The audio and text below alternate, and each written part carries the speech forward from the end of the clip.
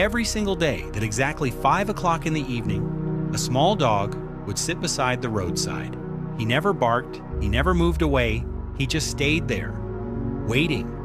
People passing by often noticed him, but no one ever stopped to understand why he never left that place. Because for him, that spot was not just a roadside, it was the last place where he ever felt someone was still coming back.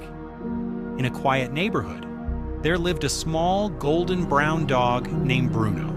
Every afternoon, just before sunset, he would walk slowly to the same exact spot near the road and sit down. Cars passed, people walked by, life continued normally, but Bruno never changed his routine. His eyes always stayed fixed in one direction, as if waiting for someone who mattered more than everything else in the world. The neighbors began to notice him. One of them asked, "Why does that dog sit there every day at the same time?" Another replied quietly, "He's been doing this for months." Rain or heat, it made no difference. Bruno always returned to that same place, as if time itself had stopped for him there. One day, an old shopkeeper finally spoke.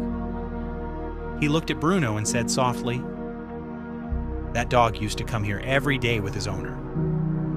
At exactly 5 o'clock, his owner would return from work, and Bruno would run to him, full of happiness." It was a simple routine, but it meant everything. But one evening, his owner never came back. There had been an accident, and Bruno never understood what had happened. The next day, he returned to the same spot, and the next day, again and again after that. Still waiting, still hoping, as if nothing had changed at all. Days turned into weeks. Weeks slowly turned into months. Bruno began to change. He became thinner, weaker, but he never stopped coming back. Sometimes people gave him food. Sometimes they tried to take him away, but he always returned to the only place that still felt like home. The world kept moving forward, but Bruno stayed stuck in the same moment, the same road, the same time, the same silence. It was as if he was waiting for something that time had already taken away. But still, he waited. Because for him, waiting was the only thing left. One cold evening, a young boy noticed him sitting alone. He slowly walked closer and sat beside Bruno. For a long moment, but neither of them moved. Then the boy whispered softly, "Who are you waiting for?"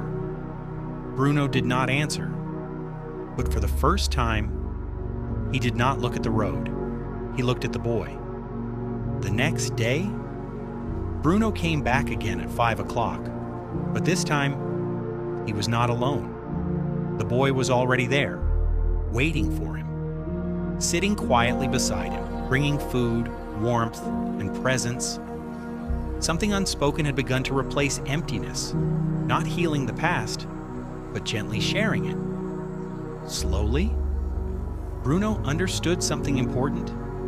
Sometimes the ones we wait for do not come back, but life has a way of sending someone else who chooses to stay instead. And in that quiet roadside moment, waiting was no longer about loss. It was about not being alone anymore.